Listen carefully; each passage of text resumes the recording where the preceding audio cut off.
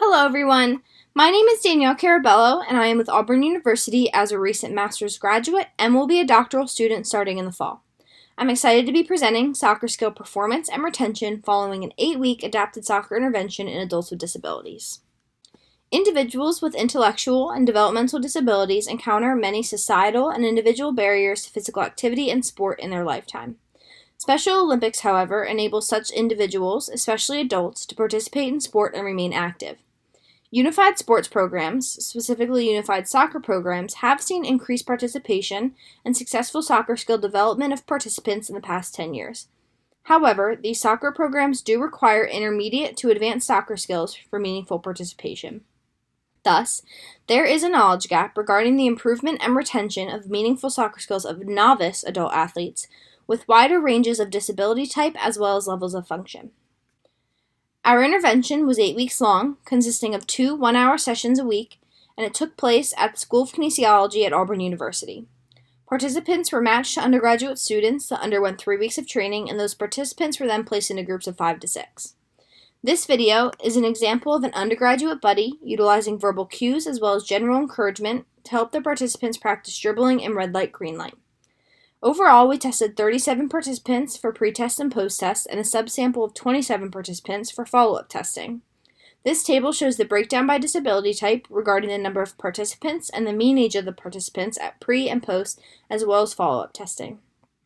For this study, we assessed dribbling, throw-ins, trapping, kicking a stationary ball, kicking a moving ball, and created a composite skill score. We created these scores and assessed these items based on the scoring items in the Everyone Can instructional book and online resource.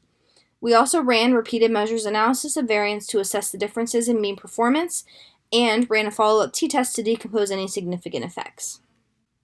For our results, here we have the mean and standard errors for all skills by time. On the x-axis, we have the 2 time points, pre and post, and on the y-axis, we have the means for each skill.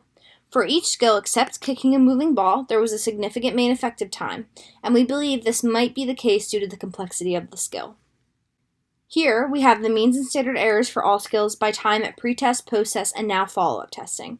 On the x-axis, we have our 3 different time points, and on the y-axis, the means for each skill.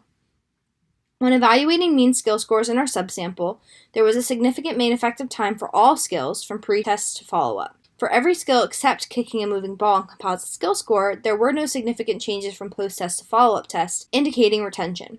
However, for kicking a moving ball and the composite skill score, not only was there retention, but a presence of offline learning indicated by the significant differences in skill scores from post-test to follow-up and p-values being less than 0.01 from follow-up t-tests. And lastly, we have our means and standard errors for skill by level of function. On the x-axis, level of function at low, middle, and high, and on the y-axis, mean skill scores. When comparing mean skill scores of those in the low function group, the low function group scored significantly lower than those in the middle function and the high function group. When comparing mean scores of those in the middle function group to the high function group, there were no significant difference in scores. And overall, time and function were the factors that affected skill improvement. Age, disability, or number of sessions attended, or any interaction amongst any of the variables did not affect skill improvements of our participants. And in conclusion, our participants significantly improved their dribbling, trapping, throw-ins, and kicking over the 8-week adapted intervention across all levels of function and ability. Our participants showed retention of all skills and the presence of offline learning for kicking a moving ball and the composite skill score. And level of function influenced the degree of improvements, as each individual improved regardless of their level of function. Our study does have some limitations. One limitation is in regard to the weather and the restrictions it placed on our intervention. As most stations and drills required space, 6 of the 8 stations we set up were designed to be outside.